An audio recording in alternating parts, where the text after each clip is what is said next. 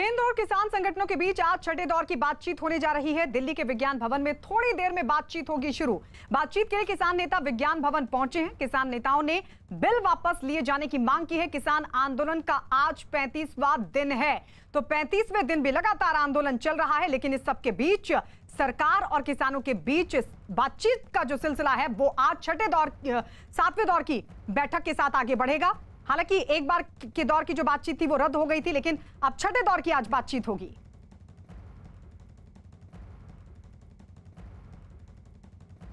किसान संगठनों और सरकार के बीच आज बैठक होने वाली है और आप देख सकते हैं कि 2 बसें सिंघू बॉर्डर से पहुंच चुकी हैं, जिसमें किसान संगठनों के नेता पहुंच चुके हैं विज्ञान भवन। और बैठक आज बेहद ही महत्वपूर्ण मानी जा रही है। तमाम जो किसान नेता हैं वो पहुंचे हैं विज्ञान भवन। सरकार और किसान संगठनों के बीच में ये बैठक होने वाली है, बेहद ही महत्वपूर्ण बैठक मानी जा रही है। देखिए, दोनों ही बसों से किसान नेता 40 किसान संगठनों के नेताओं को सरकार की तरफ से बुलाया गया है और उसके लिए पत्र भेजा गया था, चिट्ठी भेजी गई थी और किसान संगठनों के नेता यहां पर पहुंच चुके हैं। बहुत लंबे समय से बहुत लंबी बातचीत उनसे हुई है। आज फिर 7वें राउंड की बातचीत हो रही है। हमारी कोशिश है कि बातचीत बहुत अच्छे माहौल में जैसे पहले हुई हो और निर्णायक हो। लोग अपने घरों में जाएं, नए साल में नई सोच हो, नए ढंग से अपने घरों में जो खुशियां मनाएं जाकर, ये हमारी सोच होगी। खुले मन से बातचीत करेंगे। जो एजेंडा सरकार को भेजा है उस एजेंडे पर हम बात करेंगे। उस एजेंडे को जितनी देर तक वो हमारा एजेंडा हल नहीं होता उतनी देर तक हमारी एजिटेशन जारी रहेगी। उम्मीद है सरकार को सोचना चाहिए, किसानों के भावनाओं के अनुसार फैसला करना चाहिए। हाँ, ये बताइए कि आप लोग सबसे बड़ी मांग क्या है? अगर उस पर बात नहीं बनती है तो फिर आंदोलन ऐसे चलता रहेगा। हाँ। तो सरकार को उम्मीद कि अच्छे माहौल में आज बातचीत होगी, तो वहीं किसानों को भी उम्मीद है और उम्मीद के साथ विज्ञान भवन में इस वक्त किसान नेता पहुंच चुके हैं। हम सीधे विज्ञान भवन रुक कर लेते हैं। हमारे सहयोगी नीरज कुमार इस वक्त हमारे साथ जुड़ गए हैं। नीरज, वहां से क्या अपडेट फिलहाल आपको मिल पा रहा है? क्योंकि बड़ा सवाल बना हुआ है कि क्या 2020 में ही इस मुद्दे का समाधान हो जाएगा?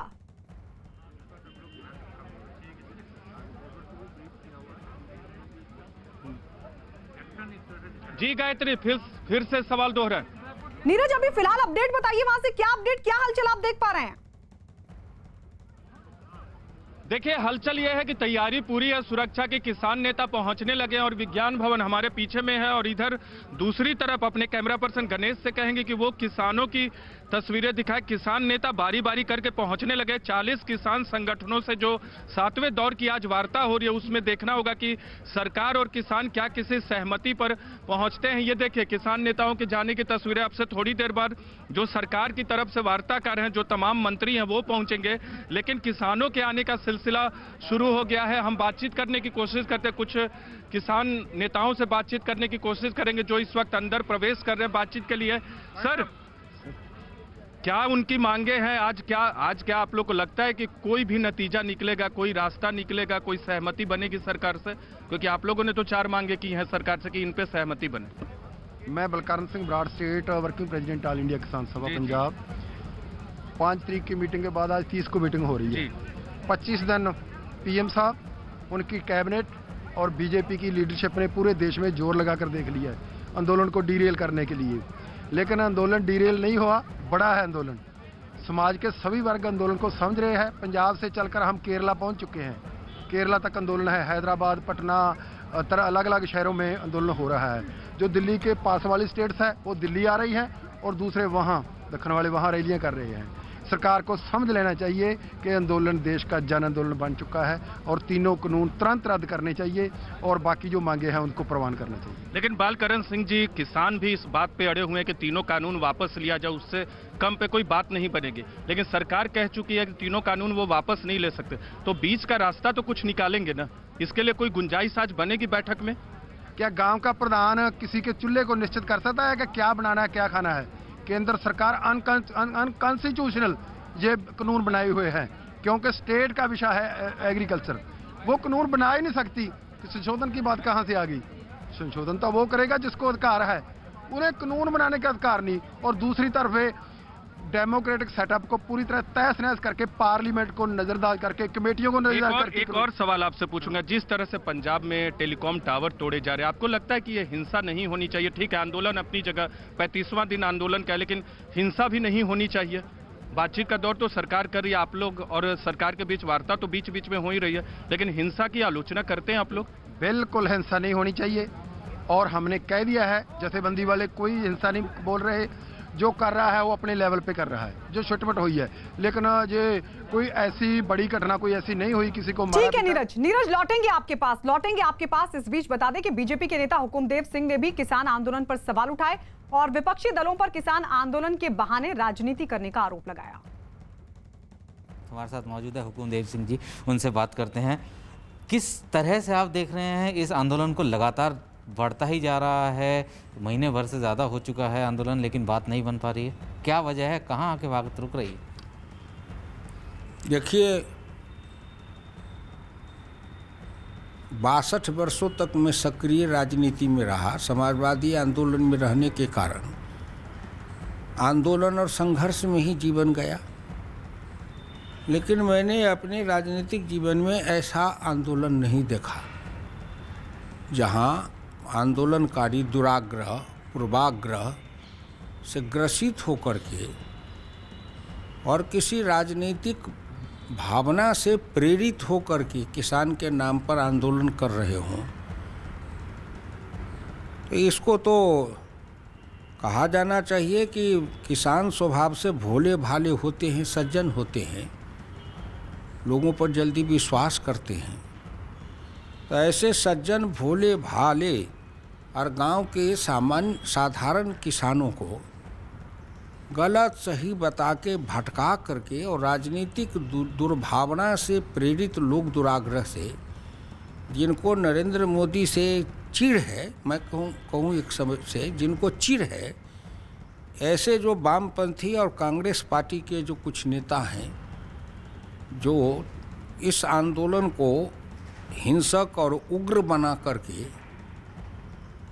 देश के जो बुनियादी ढांचा है उसको तोड़वाने की ओर जो ले जा रहे हैं, यह बहुत बड़ा राष्ट्र के लिए अहितकर है, नुकसानदेह है।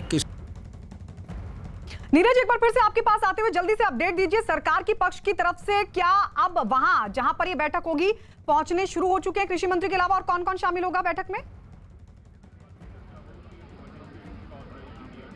देखिए, कृषि मंत्री नरेंद्र सिंह तोमर के अलावा पीयूष गोयल शामिल होंगे इस बैठक में। और आपको याद होगा गायत्री कि कल ही अमित शाह के साथ बैठक हुई थी, गृह मंत्री के साथ, दोनों मंत्रियों की, और तमाम जो रणनीति बनानी थी सरकार को किसानों से बातचीत की, उस बैठक में ये चर्चा हुई कि किस रणनीति के तहत किसानों से बातचीत होगी। लेकिन अब से थोड़ी देर बाद दूसरे रास्ते से मंत्री लोग प्रवेश करते हैं विज्ञान भवन में। ये जो रास्ता आप देख रही हैं हमारे सामने, यहाँ से किसान संगठनों के नेता प्रवेश करते हैं। और अभी थोड़ी देर पहले जिनसे हमारी बातचीत हो रही थी, उनका तो ये साफ साफ कहना है कि तीनों कृषि कानून जब तक वापस नहीं होते तब तक आंदोलन वापस नहीं होगा। लेकिन खास बात यह है कि सरकार ने भी साफ किया कि तीनों कानून वापस नहीं होंगे, लेकिन जो 4 मुद्दे दिए हैं किसानों ने सरकार को बातचीत से पहले, उसमें तीनों कानून को सीधे तौर पे वापसी का मुद्दा ही जो है वो जटिल बनेगा, लेकिन बाकी 3 जो मसले हैं उन पे सरकार जो है बीच का रास्ता निकाल सकती है। किसान भी कुछ पीछे हट सकते हैं, सरकार भी एक कदम आगे बढ़ा सकती है। तो ये तमाम मसलों पे नीरज आपके पास लौटेंगे अपडेट के लिए।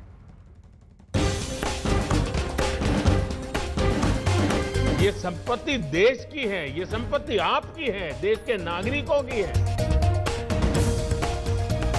किसान होने के नाते मुझे ही पीड़ा नहीं, मैंने देखा है हमारे प्रधानमंत्री जी को भी इसकी गहरी पीड़ा है। बहुत दिक्कत आ रही है जी, नेटवर्क नहीं लग रहा, घर में बात करते हैं तो बात नहीं होती है घर में। चाइना जैसे, पाकिस्तान जैसे और काफ़ी एंटी नेशनल एलिमेंट्स जो है हमारे हिंदुस्तान में, उनसे हाथ जोड़कर ये काम कर रहे हैं। वो ताकतें देश के बाहर की ताकतें हो सकती हैं, पाकिस्तान हो सकता है, चीन हो सकता है। चीन भारत के खिलाफ बदला ले रहा है।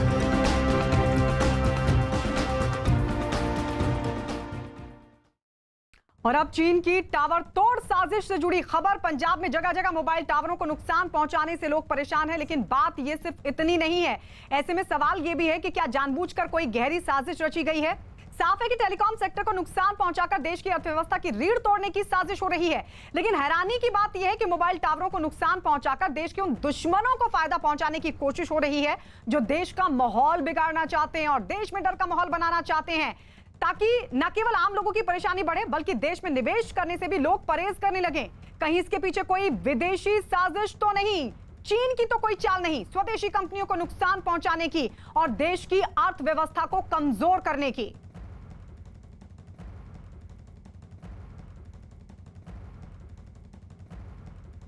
तो यह हुड़दंग मेड इन चाइना है, यानी इस हुड़दंग के पीछे चीन का हाथ है। हम ऐसा इसलिए कह रहे हैं क्योंकि आत्मनिर्भर भारत से चीन की अर्थव्यवस्था को झटका लगा है।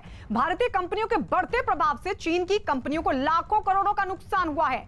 भारत के स्वदेशी 5G नेटवर्क से चीन को भारी नुकसान पहुंचा है। आंदोलन की आड़ में कांग्रेस शासित पंजाब में 1500 से ज्यादा टावर तोड़े जा चुके हैं और स्वदेशी टावरों को नुकसान पहुंचाने से चीनी कंपनियों को फायदा होने वाला है। पंजाब में रेलवे लाइन को भी ठप किया गया है। आंदोलन की वजह से जम्मू कश्मीर और लद्दाख में सेना की सप्लाई पर असर पड़ा है। सेना कमजोर हुई है तो चीन और पाकिस्तान को जाहिर तौर पर होगा फायदा। टेलीकॉम उद्योग से जुड़े लोग और अर्थव्यवस्था की समझ रखने वाले इसे विदेशी निवेश रोकने की बड़ी साजिश बता रहे हैं। हिंदुस्तान ये most favoured destination for FDI रहा है। इसको तोड़ने के लिए ये एक बड़ी साजिश है जिसमें हिंदुस्तान जो 11वें पायदान से 5वें पायदान पर आया 6 महीने में और अगले 3-4 सालों में 5 ट्रिलियन की इकोनॉमी अचीव करने वाला है, उसको रोकने के लिए, उसको तोड़ने के लिए चाइना जैसे, पाकिस्तान जैसे और काफ़ी एंटी नेशनल एलिमेंट्स जो है हमारे हिंदुस्तान में, उनसे हाथ जोड़कर ये काम कर रहे हैं।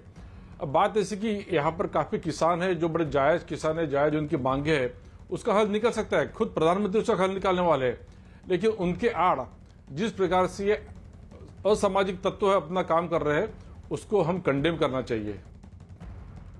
बड़े सोचे समझे तरीके से पंजाब के अंदर हमने देखा जो टेलीकॉम टावर है, जो पूरा टेलीकम्युनिकेशन जो है उसका एक तरह से हृदय होता है, जो अर्थव्यवस्था होती है टेलीकॉम सेक्टर उसका हृदय होता है, उसके ऊपर हमले किए जा रहे हैं और इस हिसाब से करे जा रहे हैं जिससे कि पूरी जो टेलीकॉम व्यवस्था है उसको अस्तव्यस्त कर दिया जाए, उसको धराशायी कर दिया जाए। जिस हिसाब से टेलीकॉम इंस्टॉलेशंस, टेलीकॉम टावर्स पे हमला किया जा रहा है, तो ये ऐसे लगता है जैसे इसके पीछे कोई साजिश है।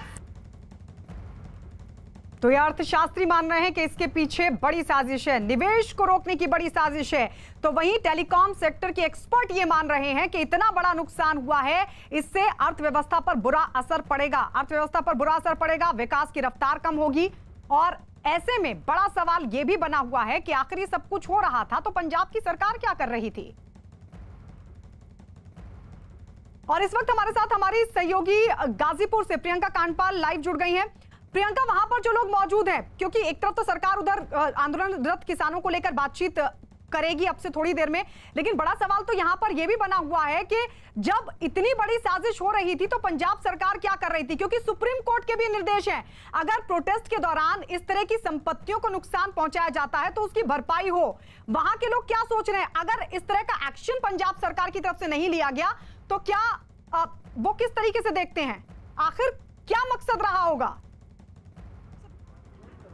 सबसे पहले तो मैं आपको अपडेट दे दूं कि यहाँ से राकेश टिकैत जो है वो मीटिंग के लिए निकल चुके हैं और अहम बैठक जो होनी है आप सबकी नज़रें उस पर हैं। तमाम किसानों से हम सुबह से लगातार बात कर रहे हैं और साफ तौर पर उनका कहना है कि हिंसा का समर्थन कोई भी किसान नहीं करते हैं और साफ तौर पर यही कहा गया है कि जिस भी राज्य से ऐसी खबरें आ रही हैं तोड़फोड़ की, वहाँ की राज्य सरकारें इस चीज़ को सुनिश्चित करें कि हुड़दंगी जो है उन पर उन पे लगाम कसी जाए, ये राज्य सरकार सुनिश्चित करे। किसानों के मंच से साफ किया गया है, तमाम किसानों का कहना है कि वो शांतिपूर्वक तरीके से यहाँ 33 दिन से बैठे हुए हैं, आज 34वां दिन उनका है।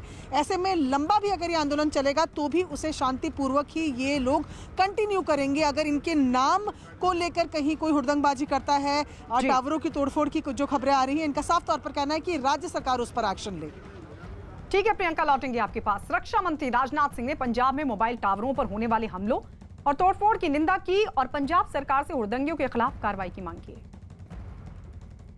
मैं समझता हूँ कि इस पर हमारे पंजाब के किसान भाइयों को विचार करना चाहिए कि यदि किसी के द्वारा यह तोड़फोड़ की जा रही है तो तोड़फोड़ का सिलसिला बंद होना चाहिए। वहीं एक दिन पहले प्रधानमंत्री नरेंद्र मोदी ने भी प्रदर्शन के दौरान होने वाली तोड़फोड़ को गलत बताया और इससे देश भर की जनता को नुकसान होने का दावा किया था। एक और मानसिकता का भी जिक्र करना जरूरी समझता हूं, जो अक्सर हम प्रदर्शनों और आंदोलनों के दौरान देखते हैं।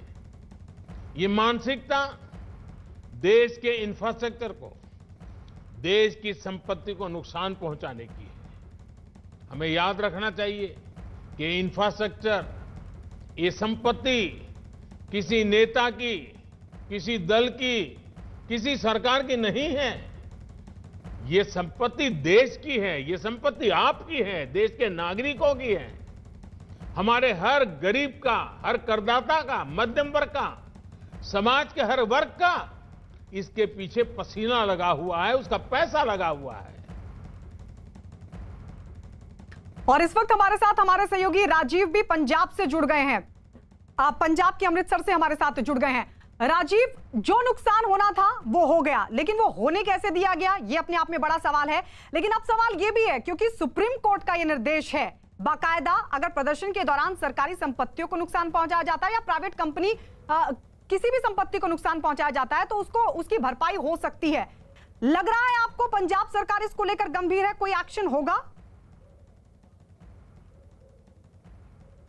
जी गायत्री, सबसे पहले मैं ये बताना चाहता हूँ कि पंजाब सरकार ने अभी तक सिर्फ और सिर्फ चेतावनी दी है कि जो लोग ऐसा काम करेंगे उनके खिलाफ पुलिस एक्शन लेगी, लेकिन अभी तक बड़ा कोई भी एक्शन नजर नहीं आया। और एक बात मैं और बताना चाहता हूँ कि जितने भी वीडियोज अब तक वायरल हुए हैं, जितनी भी ये खबरें सामने आई हैं, तो उसमें 2, 4 या 5 लोग ही नजर आ रहे हैं जो ऐसी कार्रवाई को अंजाम दे रहे हैं। तो जैसे मैं लगातार ये कहता आ रहा हूँ कि कुछ लोग सिर्फ और सिर्फ खुद को इस किसान आंदोलन की आड़ में अपनी जो वीडियोज हैं उनको वायरल करने के चक्कर में या सुर्खियों में आने के चक्कर में ऐसी कार्रवाई करते हैं। और ऐसी वीडियो जब वायरल होती है तो उसका जो रिएक्शन है वो पंजाब के और जिलों में भी देखने को मिला। लेकिन अब तक एक्शन की अगर मैं बात करूं तो सिर्फ और सिर्फ पुलिस को भी चौकन्ना किया गया है।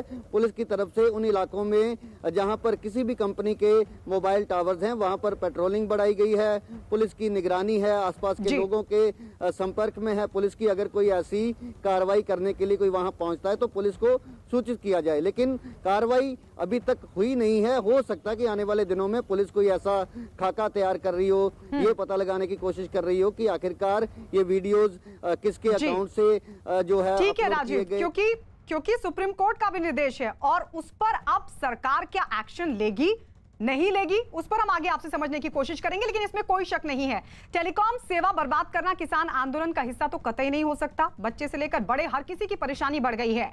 ऑनलाइन क्लास करने वाले बच्चों को दिक्कत हो रही है, कोरोना काल में वर्क फ्रॉम होम वालों की मुसीबत बढ़ गई है, छोटे व्यवसायी और किसानों को भी इससे हो रहा है नुकसान। मोबाइल टावरों के काम न करने से ई कॉमर्स कंपनियों को भी भारी नुकसान हो रहा है। टेलीकॉम कंपनियों के कर्मचारियों के साथ भी मारपीट की गई। इस पूरे मामले में देश की छवि और अर्थव्यवस्था को लगा है झटका। इसमें कोई शक नहीं कि ऐसा माहौल बनने से विदेशी कंपनियां निवेश करने से पहले सोचेंगी।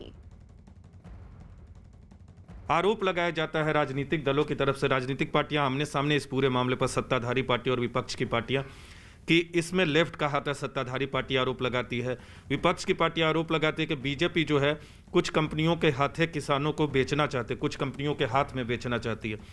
तो इस तरह की सोच को कैसे देखते हैं, जो कम्युनिज्म की आपने बात की, और इस तरह के आरोप प्रत्यारोप लगाए जाते हैं और साथ में चीन की भी नज़र रहती है? देखिए, चीन की नज़र तो हर तरफ से है, वो नेपाल की तरफ से भी कुछ ना कुछ पंगा लेता रहता है और हमारे कुछ घर के भेदी हैं जिनको वो सपोर्ट करता है। मगर मेरा ये कहना है कि हमको देश को बचाना है और देश को बचाने के लिए हमने उनकी तरफ फिर नहीं देखना, हमने देश को बचाने के लिए ही काम करना है, उसी तरफ काम करना है, पॉजिटिव थिंकिंग से ही काम करना है। प्रियंका, एक बार फिर से आपके पास आते हुए, क्योंकि देखिए निंदा तो हर कोई कर रहा है, निंदा हर किसान की तरफ से की जा रही है कि इस तरह की हिंसक तरीके से कोई प्रोटेस्ट बर्दाश्त नहीं होना चाहिए और उसकी निंदा वो भी करते हैं। लेकिन जरा ये भी समझने की कोशिश कीजिए, और हो सकता है आपने सुबह से समझने की कोशिश भी की हो कि अगर प्रशासन के सामने, सरकार के सामने सब कुछ हो रहा था, क्योंकि आप एक्सपर्ट को भी सुन रहे होंगे, अर्थशास्त्रियों को भी बहुत बड़ा नुकसान हुआ है। अगर ऐसा सब कुछ होने दिया जा रहा था तो उनको क्या लगता है इसके लिए कौन जिम्मेदार है? क्योंकि वहां का प्रशासन और शासन चाहता तो शायद रोक सकता था इतने बड़े नुकसान को। जी बिल्कुल, आप बिल्कुल सही कह रही हैं गायत्री, क्योंकि जब इस तरीके की घटनाओं को अंजाम दिया जा रहा था तो जाहिर तौर पर प्रशासन या आसपास की जो पुलिस है उसको इसकी जानकारी रही होगी। समय रहते क्यों नहीं रोका गया, क्यों होने दिया गया, ये भी कहीं ना कहीं एक बड़ा सवाल बनता है। लेकिन अगर हम जहां गाजीपुर बॉर्डर पे जिन किसानों के नाम पर इस तरीके की चीज़ें पंजाब में की जा रही हैं, अगर उनकी बात करें तो यहाँ जो इनके नेता हैं राकेश टिकैत, उन्होंने भी साफ तौर पर बोला है कि हिंसा कभी भी किसी भी चीज़ का जवाब नहीं हो सकती। अगर आपको उद्योगपतियों से भी अपना जो नाराजगी है वो जाहिर करनी है तो उसके भी तरीके हो सकते हैं, लेकिन तोड़फोड़ और हिंसा, नुकसान पहुंचाना और ऐसी संपत्ति को नुकसान पहुंचाना जिससे करोड़ों लोगों की नौकरी है, लाखों लोगों की नौकरी है, घर चल रहे हैं, तो जाहिर तौर पर साफ तौर पर यहाँ इस मंच की अगर बात करें, गाजीपुर मंच की, तो यहाँ भी नेता राकेश टिकैत ने साफ किया है कि किसी भी तरीके की हिंसा का सपोर्ट किसान नहीं करते हैं। तमाम किसानों से भी हम बातचीत कर रहे हैं, उनका भी यही कहना है कि शांतिपूर्वक तरीके से वो यहाँ पर आकर बैठे हुए हैं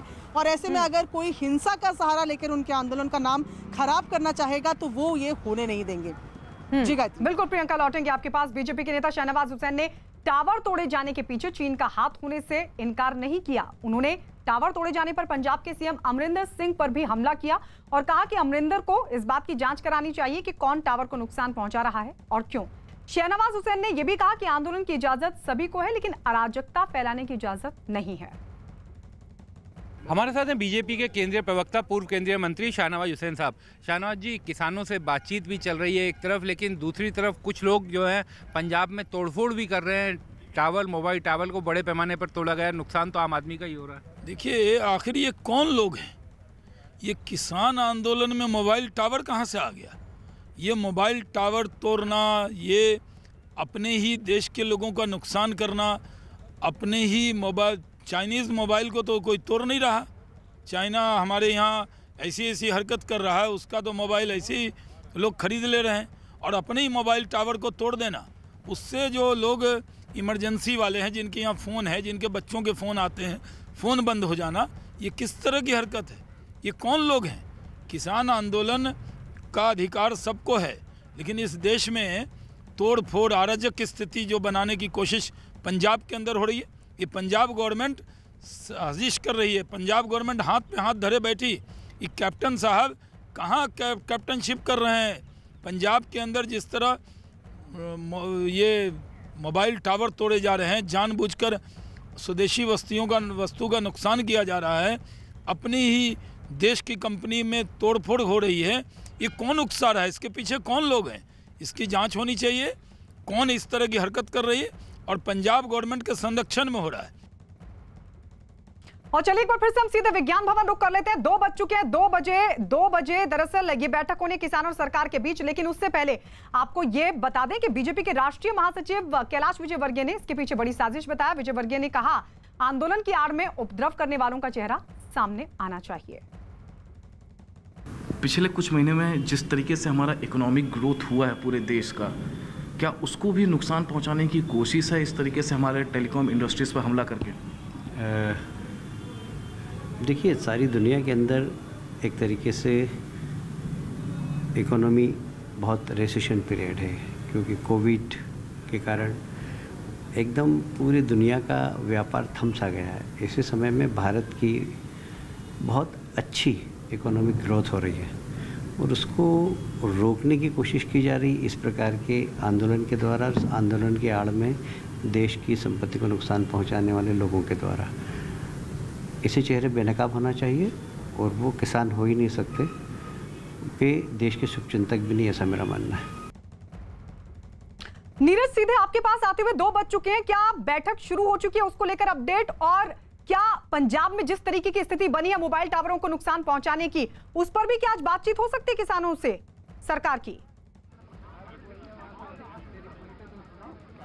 देखिए गायत्री, अब से थोड़ी देर पहले कृषि मंत्री नरेंद्र सिंह तोमर पहुंच गए हैं, अंदर प्रवेश कर लिया उन्होंने विज्ञान भवन में, और अब से थोड़ी देर बाद 5 से 10 मिनट के अंदर बैठक शुरू होगी। तमाम जो किसान नेता, आप देख सकते हैं, अब से थोड़ी देर पहले यहाँ बहुत ही लंबी कतार थी किसान संगठनों के नेताओं की। कुछ लोग अब बाकी हैं जो आएंगे, जो देर से पहुंचेंगे, लेकिन ज्यादातर किसान नेता पहुंच गए हैं। और किसानों की वो जो 4 मांगे जो उन्होंने सरकार से बातचीत के पहले सरकार के सामने रखी है कि पहला ये कि न्यूनतम तीनों कानूनों को लेकर कैसे उसको खत्म किया जाएगा, रद्द किया जाएगा, उसके तरीके पर जवाब दे सरकार। दूसरा ये है कि एमएसपी की गारंटी दिया जाए कुछ फसलों पे भी, और इसके अलावा वायु प्रदूषण से जुड़े और बिजली से जुड़े जो प्रस्तावित विधेयक हैं उसमें किस तरह से बदलाव करेगी, उस पे आश्वासन चाहते हैं किसान संगठन। तो ये तमाम मसले हैं जिन पे किसान संगठन सरकार से आश्वासन या कुछ पुख्ता फैसला चाहते हैं। और अगर ये नहीं होता है तो फिर आज की बातचीत में कोई हल नहीं निकलेगा। लेकिन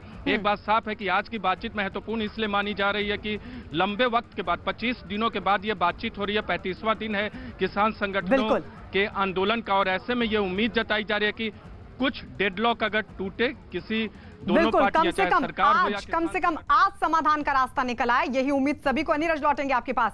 किसान आंदोलन के नाम पर अब हुड़दंग भी शुरू हो चुका है। पंजाब में कुछ लोग जमकर उत्पात मचा रहे हैं। इनके निशाने पर वो मोबाइल टावर हैं जिनकी वजह से कोरोना काल में भारत की अर्थव्यवस्था का पहिया घूमता रहा। पंजाब में 1500 से ज्यादा मोबाइल टावरों को नुकसान पहुंचाया गया है। उसमें भी उन टेलीकॉम कंपनियों के मोबाइल टावर को खासतौर पर नुकसान पहुंचाया गया है जो पूरी तरह स्वदेशी हैं। लेकिन भ्रमजाल में फंसकर आंदोलन को अराजक बनाने वाले इस बात से अनजान हैं कि इससे किसी और का नहीं बल्कि उन्हीं का घाटा है।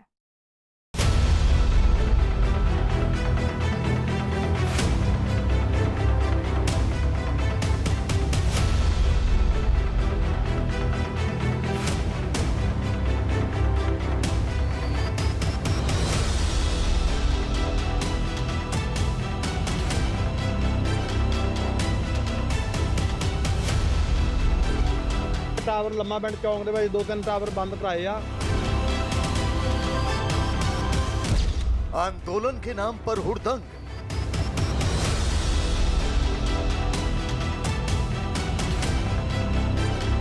किसान आंदोलन के नाम पर धड़ाधड़ मोबाइल टावरों को बंद करने का काम अभी भी गांव में जारी है। कई गांव से खबरें आ रही है कि मोबाइल टावर में तोड़फोड़ की जा रही है, उनकी वायरिंग है उनको काट दिया गया है। यहाँ तक कि कई जगह से जो जनरेटर वहाँ पे लगाए गए थे उसको भी उठाकर कुछ लोग ले गए हैं। ऑनलाइन काम कर रहे हैं जिन्हें टावर का कनैक्शन कट्टन नाल मेरा ਜਿਹੜਾ ਕੰਮ ਪ੍ਰਭਾਵਿਤ ਹੋ ਰਿਹਾ। ਕਨੈਕਸ਼ਨ ਜਿਹੜੇ ਕੱਟ ਰਹੇ ਆ ਮੋਬਾਈਲ ਟਾਵਰਾਂ ਦੇ, ਇਹ ਨਹੀਂ ਕੱਟੇ ਜਾਣ। ਇਹਦੇ ਨਾਲ ਸਾਡਾ ਜਿਹੜਾ ਵਰਕ ਹੈ, ਹੋਮਵਰਕ ਆ, ਬਹੁਤ ਹੀ ਪ੍ਰਭਾਵਿਤ ਹੋ ਰਿਹਾ। पंजाब में मोबाइल टावर बंद।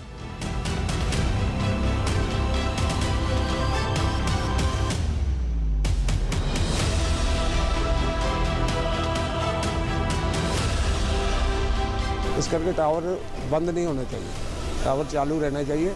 अगर नेट नहीं आ रहा है तो सिम ना आ रहा तो इसके बगैर कुछ नहीं चलता। हुड़दंग से अर्थव्यवस्था पर चोट।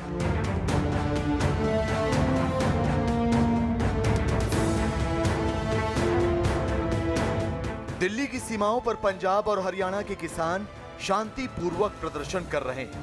किसान 30 दिसंबर यानी बुधवार को सरकार से बातचीत भी करने वाले हैं। लेकिन दिल्ली से दूर पंजाब में हाहाकार मचा है। पंजाब में किसान आंदोलन के पक्ष में मोबाइल टावर तोड़े जा रहे हैं। कहीं मोबाइल टावर की बिजली सप्लाई काटी जा रही है, कहीं जनरेटर के तार काटे जा रहे हैं, कहीं मोबाइल टावर पर स्लोगन लिखे जा रहे हैं, तो कहीं मोबाइल टावर पर चढ़कर झंडा फहराया जा रहा है। कृषि सुधार कानूनों पर पंजाब में आंदोलन हुड़दंग में तब्दील होता जा रहा है। ऐसा हुड़दंग जिससे लोग किसी और का नहीं बल्कि अपना ही नुकसान कर रहे हैं। आत्मनिर्भर भारत के एजेंडे को चोट पहुंचा रहे हैं, विकास की राह में रोड़ा बन रहे हैं। आपको बताएंगे कैसे, लेकिन उससे पहले आपके लिए ये 4 तस्वीरें देखनी बहुत जरूरी हैं। पंजाब का पठानकोट हो या जालंधर, फिरोजपुर हो या मोगा, हर जगह कृषि सुधार कानूनों को वापस लेने के लिए लोग मोबाइल टावर में तोड़फोड़ कर रहे हैं। मोबाइल टावर को नुकसान पहुंचाया जा रहा है, तार काटी जा रही है, जनरेटर तोड़े जा रहे हैं और मोबाइल टावर को बंद कराया जा रहा है। किसान जथेबंदियां ने फैसला किया गया भी ना और ना ਕੋਈ ਵੀ ਟਾਵਰ ਚਾਲੂ ਨਹੀਂ ਰਹਿਣ ਦੇਣਾ, ਸਭ ਬੰਦ ਕਰਨੇ ਨੇ। ਜਿੱਦਾਂ ਜਿੱਦਾਂ ਇਨਫੋਰਮੇਸ਼ਨ ਆਪਣੇ ਕੋਲ ਆ ਰਹੀ ਆ ਉੱਦਾਂ ਉੱਦਾਂ ਆਪਾਂ ਕਿਸਾਨ ਜਥੇਬੰਦੀਆਂ ਦੇ ਨਾਲ ਤੇ ਕਿਸਾਨਾਂ ਦੇ ਨਾਲ ਮਿਲ ਕੇ ਉਹ ਆਪਾਂ ਟਾਵਰ ਬੰਦ ਕਰਦੇ ਨਾਲ ਅਸੀਂ ਚੇਤਾਵਨੀ ਦੇਣਾ ਚਾਹੁੰਦੇ ਆ ਕਿ ਉਹਨਾਂ ਨੂੰ ਹੱਥ ਵੀ ਨਹੀਂ ਲੱਗਿਆ ਹੋਣਾ ਚਾਹੀਦਾਗਾ। ਜੇ ਪ੍ਰਸ਼ਾਸਨ ਦੀ ਕੋਈ ਕਰਤੂਤ ਅਸੀਂ ਸੁਣ ਲਈ ਤਾਂ ਇਹਦਾ ਜ਼ਿੰਮੇਵਾਰ ਮੋਗੇ ਦਾ ਪੁਲਿਸ ਪ੍ਰਸ਼ਾਸਨ ਹੋਊਗਾ, ਫਿਰ ਨਾ ਸਾਨੂੰ ਕਹਿਣ। ਅਸੀਂ ਇੱਥੇ ਇਸੇ ਕਰਕੇ ਖੜੇ ਆ ਕਿ ਅਸੀਂ ਸੰਯੁਕਤ ਕਿਸਾਨ ਮੋਰਚਾ ਦੇ ਸੱਦੇ ਦੇ ਤਹਿਤ कनेक्शन कटिया। कृषि सुधार कानूनों का विरोध कर रहे किसानों ने पंजाब में 1500 से ज्यादा मोबाइल टावर तोड़ दिए हैं, जिससे पंजाब के कई क्षेत्रों में टेलीकॉम सेवाएं प्रभावित हुई हैं। पंजाब सरकार पर मोबाइल टावर को नुकसान पहुंचा रहे किसानों के खिलाफ कोई एक्शन न लेने के आरोप भी लग रहे थे। हालांकि अब पंजाब सरकार ने पंजाब पुलिस को ऐसे मामलों से निपटने के लिए खुली छूट दे दी है। पंजाब के सीएम अमरिंदर सिंह ने भी किसानों से शांतिपूर्ण आंदोलन की अपील की है, लेकिन आंदोलन को हुड़दंग की शक्ल देने वाले अब भी बाज नहीं आ रहे। पंजाब में हुड़दंग पर आमादा किसानों का मानना है कि नए कृषि सुधार कानूनों से अरबपति उद्योगपतियों को ज्यादा फायदा होगा, इसीलिए उनका गुस्सा मोबाइल टावर पर निकल रहा है।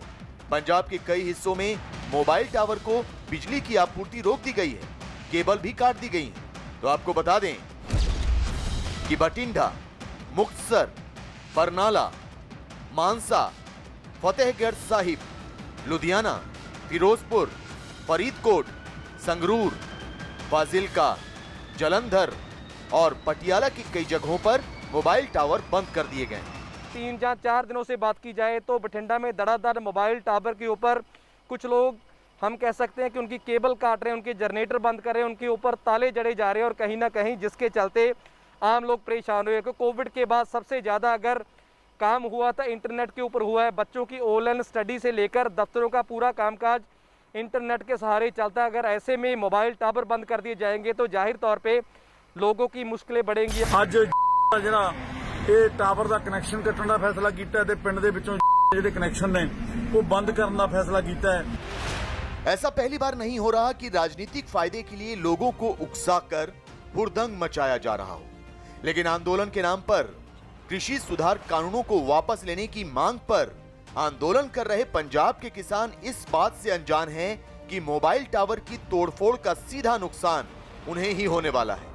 मोबाइल टावर में तोड़फोड़ या कहें टेलीकॉम कंपनियों पर हमले से कोरोना काल में घर से ऑनलाइन कक्षाएं लेने वाले बच्चों को पढ़ाई का नुकसान होगा। छोटे व्यवसायी और किसान सीधे तौर पर तकनीक से जुड़े हैं, जिन्हें तगड़ा झटका लगेगा। ई कॉमर्स कंपनियों को नुकसान होगा जो घर तक सामान पहुंचाने का काम कर रही हैं। टेलीकॉम कंपनियों में काम करने वाले कर्मचारियों को परेशानियों का सामना करना पड़ेगा। देश की छवि को नुकसान होगा और कोरोना के बाद उभरती अर्थव्यवस्था को चोट पहुंचेगी। विदेशी कंपनियां भारत में निवेश करने से हिचकिचाएंगी क्योंकि ऐसी घटनाओं पर वो खास नजर रखती हैं। तो शायद यही वजह है कि प्रधानमंत्री नरेंद्र मोदी ने भी इस तरह की तोड़फोड़ और हिंसक आंदोलन पर चिंता जाहिर की। अतीत के अनुभव बताते हैं कि देश के इंफ्रास्ट्रक्चर के विकास के उस विकास को राजनीति से दूर रखा जाना चाहिए। देश का इंफ्रास्ट्रक्चर किसी दल की विचारधारा का नहीं, देश के विकास का मार्ग होता है। ये 5 साल की पॉलिटिक्स का नहीं, बल्कि आने वाली अनेकों पीढ़ियों को लाभ देने वाला मिशन है। ये मानसिकता देश के इंफ्रास्ट्रक्चर को, देश की संपत्ति को नुकसान पहुंचाने की है। हमें याद रखना चाहिए कि इंफ्रास्ट्रक्चर, ये संपत्ति किसी नेता की, किसी दल की, किसी सरकार की नहीं है। ये संपत्ति देश की है, ये संपत्ति आपकी है, देश के नागरिकों की है। देश को आर्थिक गति देने में टेलीकॉम कंपनियों की बड़ी भूमिका है। ये न सिर्फ विकास को रफ्तार देती है, बल्कि पिछड़े इलाकों में रोजगार के नए आयाम भी पैदा करती है। चीन का उदाहरण पूरी दुनिया के सामने है, जिसने अपने यहाँ उद्योग धंधों को बेहतर माहौल दिया, जिससे आज न केवल चीन का आर्थिक विकास हुआ, बल्कि उसके साथ साथ वहाँ के नागरिकों को भी उसका सीधा लाभ मिला। लिहाजा इस तरह की तोड़फोड़ को लेकर देश में टेलीकॉम कंपनियों की सबसे बड़ी संस्था cellular operators association of India यानी COAI ने भी कड़ी आलोचना की। COAI का कहना है कि मोबाइल सेवाएं आम लोगों के जीवन से सीधे तौर पर जुड़ी हुई है। लोगों को अपना विरोध करने का अधिकार है, लेकिन टेलीकॉम नेटवर्क को नुकसान पहुंचाकर दूसरों को परेशान करना चिंताजनक है। Cellular operators association of India की चिंता वाजिब है, क्योंकि टेलीकॉम कंपनियों पर हमला कर आंदोलनकारी कहीं न कहीं अपना ही नुकसान कर रहे हैं। वो भारतीय अर्थव्यवस्था की उस अहम कड़ी पर चोट कर रहे हैं जो आत्मनिर्भर भारत की परिकल्पना का आधार है। वो उस उद्योग को चोट पहुंचा रहे हैं जो संचार का सबसे अहम माध्यम है। वो उस व्यवसाय को निशाना बना रहे हैं जो कोरोना काल में लोगों की लाइफलाइन बन चुका है। हर काम जिहड़ा है नैट नाल संबंधित है, तो मोबाइल ते सारे काम है। तो मोबाइल च बहुत ज़्यादा मुश्किल आ रही है, फ़ोन करन च भी ते नैट चलान च भी। नैट चलता ही नहीं अद्धा घंटा, तो इस कारण बड़ी तकलीफ हो रही है। क्योंकि ਇਹਦੇ ਨਾਲ बहुत सारे साडे बच्चे ਜਿਹੜੇ ਪ੍ਰਭਾਵਿਤ ਹੋ ਰਹੇ ਨੇ। ਇਹਨਾਂ ਦੀ ਸਟੱਡੀ ਸਾਰੀ ऑनलाइन चल रही है। आजकल स्कूल कॉलेज सब कुछ बंद है। ਜੇ एक टावरां ਦੀ ਲਾਈਟਾਂ ਕੱਟੀਆਂ ਜਾਣਗੀਆਂ ਤਾਂ ਸਾਡੇ ਬੱਚੇ ਜਿਹੜੇ ਪੜ੍ਹ ਨਹੀਂ ਸਕਣਗੇ। ਅਸੀਂ ਅੱਜ नहीं सोच रहे, आने वाले समय 'ਚ सोचांगे कि ਸਾਡੇ ਬੱਚਿਆਂ ਦਾ एक साल वेस्ट हो गया है। लोगों की चिंता वाजिब है, तो शायद यही वजह है कि सुप्रीम कोर्ट भी इस तरह के विरोध प्रदर्शनों में तोड़फोड़ को लेकर समय समय पर दिशा निर्देश जारी कर चुका है, जिसके मुताबिक अगर किसी निजी या सरकारी संपत्ति को नुकसान पहुंचाया जाता है तो इसका सीधा निपटारा करना होगा। प्रदर्शन का आयोजन करने वाले व्यक्ति को जिम्मेदार माना जाएगा। साथ ही हिंसा करने वाले लोगों को पुलिस चिन्हित कर। और इस वक्त की बड़ी खबर, वैक्सीन को आज मंजूरी संभव, ये बड़ी खबर मिल रही है। केंद्र दे सकता है मंजूरी वैक्सीन को, तो ये बड़ी खबर इस वक्त की। कोविशील्ड को मंजूरी संभव, बाकायदा इसको लेकर सब्जेक्ट कमेटी की बैठक की जानकारी मिल रही है, जिसमें बातचीत होगी और वैक्सीन को लेकर आज हो सकती है तस्वीर साफ। केंद्र दे सकता है मंजूरी, कोविशील्ड को मंजूरी संभव। और अगर यह मंजूरी हो जाती है तो उसके बाद आपको यह भी बता दें कि एस्ट्राजेनेका की वैक्सीन है कोविशील्ड, यूके में मिल चुकी है मंजूरी। और उसके बाद उम्मीद अब भारत में और इंतजार भी कि जल्द से जल्द भारत में इसको मंजूरी मिल जाए। और आज ये मंजूरी संभव इसलिए क्योंकि सब्जेक्ट कमेटी की बैठक होगी और उसमें इस पर फैसला हो सकता है। केंद्र दे सकता है मंजूरी। मंजूरी मिलने के बाद अब वैक्सीनेशन की जो प्रक्रिया है वो आगे बढ़ेगी। स्नेहा मोरदानी हमारी सहयोगी इस वक्त हमारे साथ जुड़ गई है। स्नेहा, क्या जानकारी? Gayatri, the meeting has just started. ये मीटिंग अभी ही शुरुआत हुई है इस मीटिंग की। सब्जेक्ट एक्सपर्ट कमेटी ये अप्रूवल को आज देखेगा। सोर्सेज जो CDSCO में, जो DCGI के ऑफिस में मेरे सोर्सेज हैं, उनका ये मानना है कि ये एक आखिरी रोड ब्लॉक था जो कि क्लियर हो चुका है। एस्ट्राजेनेका वैक्सीन को यूके में अप्रूवल दिया गया है। 8 दिसंबर को जब ये मीटिंग हुई थी पहले सब्जेक्ट एक्सपर्ट कमेटी की, सीरम इंस्टीट्यूट से कहा गया था कि आप और डेटा दीजिए। सीरम इंस्टीट्यूट ने ये डेटा पिछले ही हफ्ते सबमिट किया है सब्जेक्ट एक्सपर्ट कमेटी को। उसके बाद सब्जेक्ट एक्सपर्ट कमेटी ने ये भी कहा था 8 दिसंबर को कि क्लिनिकल डेटा यूके का एनालाइज और स्टडी किया जाएगा। जैसे ही वहां पे अप्रूवल्स आते हैं, यहाँ पे हमें कंफर्टेबल पोजीशन में हम हो जाएंगे ये बताने के लिए कि कोविशील्ड रेडी है कि नहीं। इनॉकुलेशन के लिए वैक्सीनेशन की जो सारा प्रोसेस है, whether we are ready for that or not, is something that is going to be decided. ये मुझे लगता है कि ये मेरे सोर्सेज के थ्रू है। आज ही पॉसिबल हो सकता है कि अप्रूवल इस वैक्सीन को मिल जाए, क्योंकि दो जो क्राइटेरिया थी, एक था डेटा जो कि सीरम इंस्टीट्यूट ने और एडिशनल डेटा पिछले ही हफ्ते ही सबमिट किया है। उसके अलावा यूके का जो अप्रूवल था वो भी आज आ गया है। मैं बताना चाहूंगी कि सीरम इंस्टीट्यूट की कोविशील्ड की जो फेज 3 ट्रायल्स वो करंटली अंडर वे है, वो कंप्लीट नहीं हुआ है। इंडिया में इसे ब्रिजिंग स्टडीज कहते हैं। ये ब्रिजिंग स्टडीज अभी भी चल रहा है, लेकिन इमरजेंसी यूज ऑथराइजेशन आ सकता है, उसके कुछ कंडीशंस हो सकते हैं।